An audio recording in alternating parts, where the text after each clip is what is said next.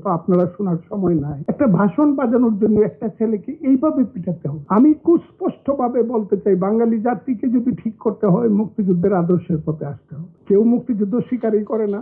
সেই মার্চ মাসে বসে আজকে আমাকে, এই স্বরাষ্ট্রমন্ত্রী সব আছে বলে কথাটা বলতেছি, আমাকে একদিন দেখতে হইলো হঠাৎ করে একটা ভাষণ বাজানোর জন্য একটা ছেলেকে এমন পিটানো হচ্ছে যে ও মরেই যাবে। আমি মুক্তিযুদ্ধের সেই ভাষণটার দিন রেসকোর্স ময়দানে বসা ছিলাম। আমার জায়গাটা আমি হিসাব করে রাখছি রেসকোর্স ময়দান। ওই ভাষণটা বাজানো একটা ছেলেকে মেরেই ফেলবে।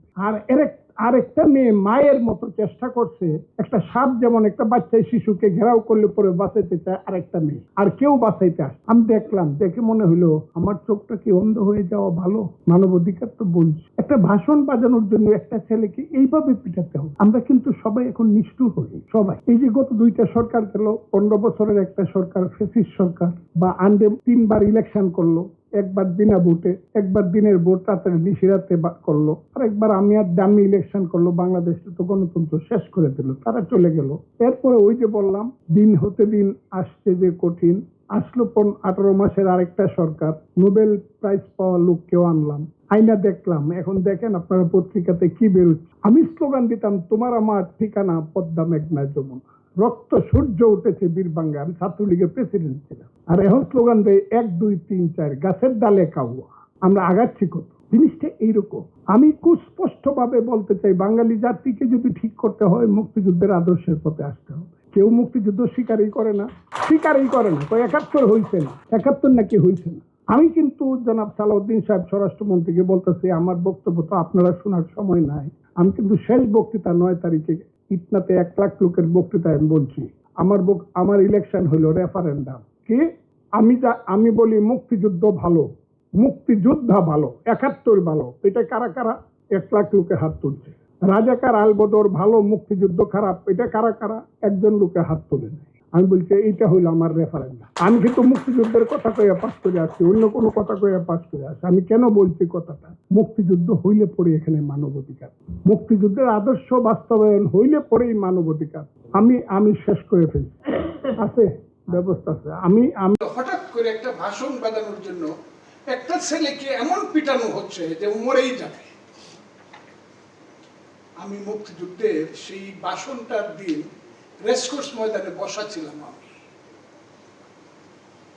আমার জায়গাটা আমি হিসাব করে রাখছি রেসকোর্স ময়দানে। ওই ভাষণটা বাজানো একটা ছেলেকে মেরেই ফেলবে। আর একটা মেয়ে মায়ের মতো চেষ্টা করছে, একটা সাপ যেমন একটা বাচ্চা শিশুকে ঘেরাও করলে পরে বাঁচাইতে চায়, আর একটা মেয়ে, আর কেউ বাঁচাইতে আসতেছে না। আমি দেখলাম, দেখে মনে হলো আমার চোখটা কি অন্ধ হয়ে যাওয়া ভালো? মানবাধিকার তো বলছি। একটা ভাষণ বাজানোর জন্য একটা ছেলেকে এইভাবে পিটাতে হবে। আমরা কিন্তু সবাই এখন নিষ্ঠুর হয়ে গেছি, সবাই। এই যে গত দুইটা সরকার গেল, 15 বছরের একটা সরকার, ফ্যাসিস্ট সরকার, বা আন্ডে 3 বার ইলেকশন করলো, একবার বিনা ভোটে, একবার দিনের ভোট রাতের নিশিরাতে করলো, আর একবার আমি আর দামি ইলেকশন করলো। বাংলাদেশে তো গণতন্ত্র শেষ করে দিল, তারা চলে গেল। এরপরে ওই যে বললাম, দিন হতে দিন আসছে যে কঠিন, আসলো 18 মাসের আরেকটা সরকার, নোবেল প্রাইজ পাওয়া লোককেও আনলাম, আইনা দেখলাম। এখন দেখেন আপনারা পত্রিকাতে কি বেরোচ্ছে। আমি স্লোগান দিতাম, তোমার আমার ঠিকানা পদ্মা মেঘনা যমুনা, রক্ত সূর্য উঠেছে বীরবাঙ্গা। আমি ছাত্রলীগের প্রেসিডেন্ট ছিলাম। আর এখন স্লোগান দেয় 1 2 3 4 গাছের ডালে কাউয়া। আমরা আগাচ্ছি কত? জিনিসটা এইরকম। আমি খুব স্পষ্ট ভাবে বলতে চাই, বাঙালি জাতিকে যদি ঠিক করতে হয় মুক্তিযুদ্ধের আদর্শের পথে আসতে হবে। কেউ মুক্তিযুদ্ধ স্বীকারই করে না।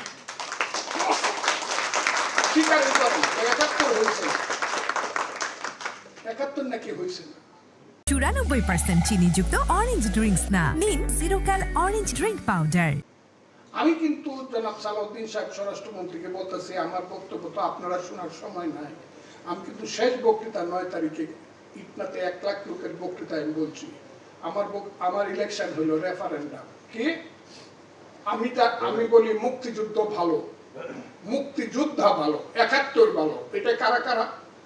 1 লাখ লোকে হাত তুলেছে। রাজাকার আলবদর ভালো, মুক্তিযুদ্ধ খারাপ, এটা কারা কারা? একজন লোকে হাত তোলে নাই। আমি বলছি এটা হলো আমার রেফারেন্স। আমি যেটা মুক্তিযুদ্ধের কথাতে পাস করে আসছি, অন্য কোনো কথা করে পাস করে আসছি। আমি কেন বলছি কথাটা? মুক্তিযুদ্ধ হইলে পরে এখানে মানবাধিকার থাকে, মুক্তিযুদ্ধের আদর্শ বাস্তবায়ন হইলে পরেই মানবাধিকার থাকবে। আমি শেষ করে ফেলেছি, আছে ব্যবস্থা আছে। আমি কথাটা খুব আমি শেষ করে ফেলবো, আমি অকরবো না। আমি মনে করি আমাদের বিভিন্ন এটা তো আমি ওই বক্তৃতা তো সবাই করলো, আমার আগে 3 জন ব্যারিস্টার বক্তৃতা করছে, মুর্শিদ করছে, আমার বোন করছে, আর আমার ভাই খোকন করছে। তারা আইন বুঝেছে, আমি আইন এত বুঝি না, কিন্তু আমিও সিনিয়রের।